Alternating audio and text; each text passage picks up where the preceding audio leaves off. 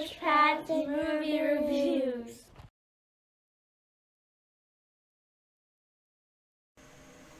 Hi everyone, Average Pat here to sit to chat today about the movie Frozen 2.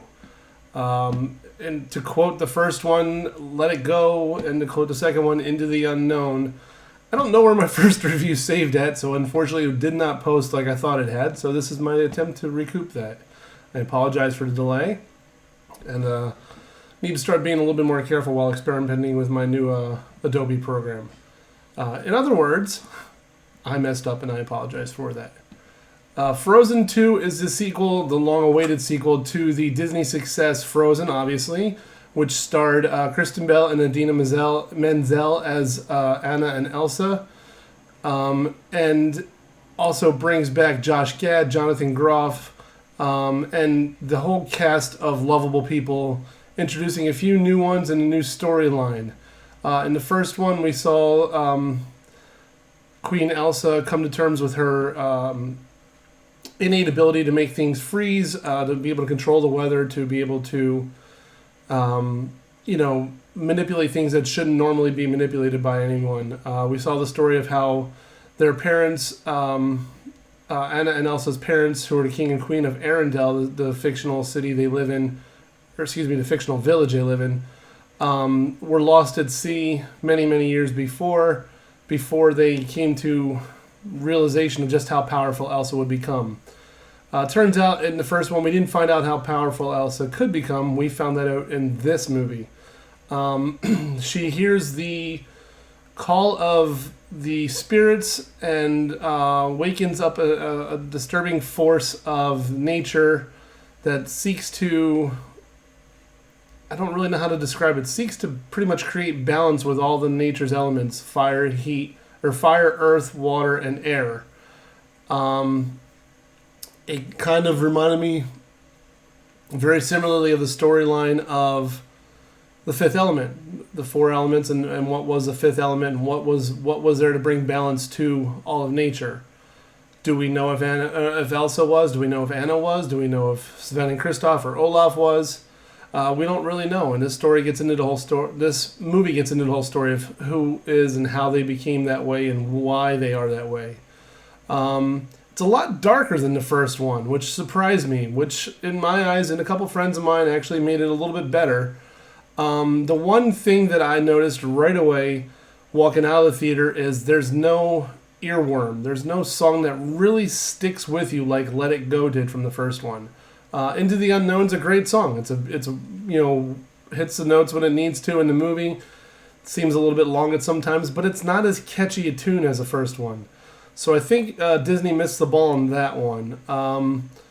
They like having any kind of memorable experience where you walk out singing that song or humming that song or something that gets in your head that makes you think of it more and more, makes you want to go see the movie a second time, makes you want to go see it with the kids, with, family members who haven't seen it yet, and, just to relive that experience of another new Disney movie. I don't think this one captured that. I'm not saying it was a bad movie. I enjoyed it. And I know my sons did as well. But it's not really the same as the first one. It's not the lightheartedness of the first one. It's a lot heavier, and that does take a toll on it. The storyline's incredible. Disney always does great with their stories. It's, the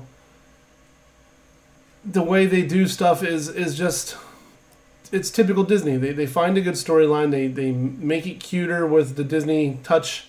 One of the elements is another collectible plush toy that you'll find when you watch it. You look at it and go, well, that's going to be a huge seller around Christmas time because it came out at Thanksgiving.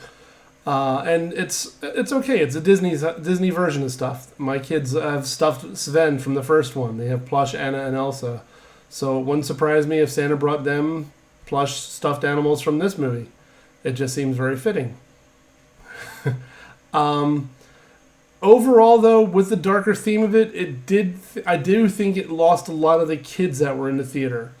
The parents kind of took it a little bit to heart. It seemed like a story that was more towards a grown-up or a more older audience instead of like the little kids.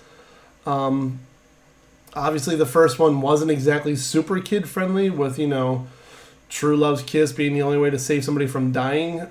This one's a little bit darker though. This one, hits a deeper tone, and it's not exactly super friendly. There are, incidents in it where it's like, wow, I'm impressed they actually went that route. I didn't think that storyline would go far, and it did. So it's Disney. They're not going to make things overwhelmingly dark, but this one is one of the more darker movies, which surprised me. Again, I'm not putting it down for that. I'm just saying you don't really expect it. It's the big Thanksgiving weekend blockbuster. You expect a lighthearted kid fest that everybody wants to go back and see a couple times.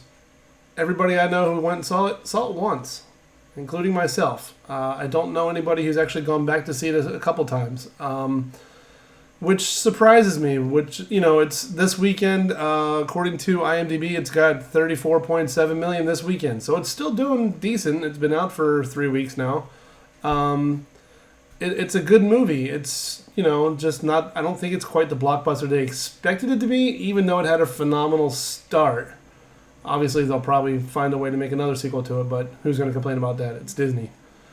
Overall, the performances are great. The one-liners are really funny. There are quite a few good one-liners.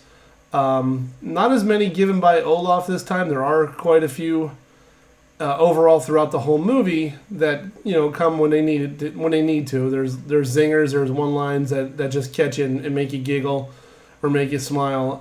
The first one, Olaf was really the main focus. When Anna and Kristoff are talking, and he goes, "You hesitated."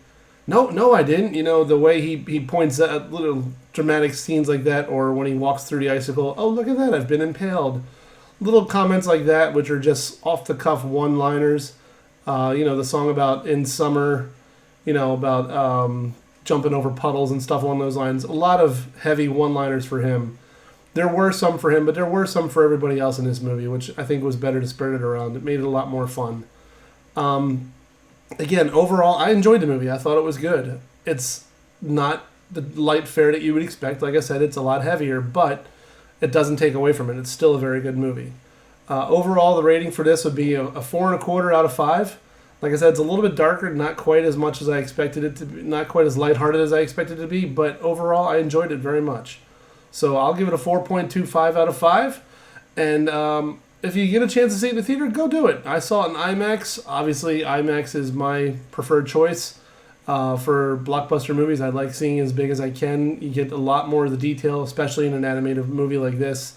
The snow sparkles a certain way. In this one, the animation of water was incredible. It's amazing that they're animating water, and it looks almost like it's actual water on the screen.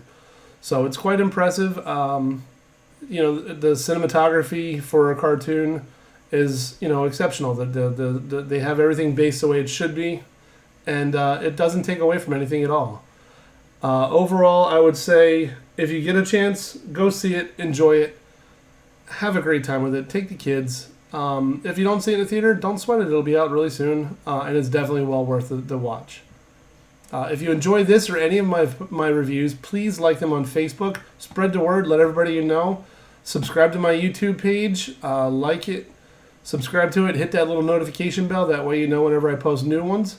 And hopefully we'll get more word out there and spread the word that I'm doing a decent job. The more likes I get, the more I know I'm reaching more people.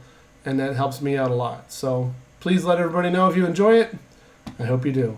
Thanks a lot. Have a great night.